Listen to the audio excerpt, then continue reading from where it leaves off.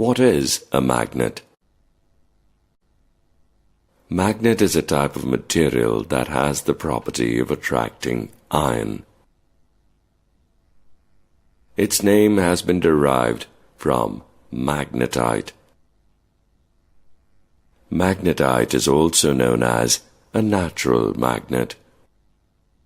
This property is called magnetism, and the force by which the magnet attracts the iron substances is called magnetic force.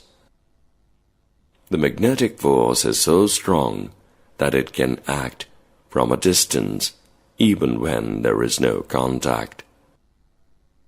Magnets may be of any shape. It can be found in the form of a bar magnet, a horseshoe magnet, or a rod magnet.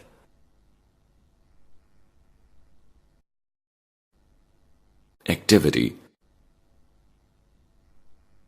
to observe the effect of a magnet. Take a plastic or a paper cup. Fix it on a stand with the help of a clamp. Place a magnet inside the cup and cover it with a paper so that the magnet is not visible. Attach a thread to a clip made of iron. Fix the other end of the thread at the base of the stand. Bring the clip near the base of the cup.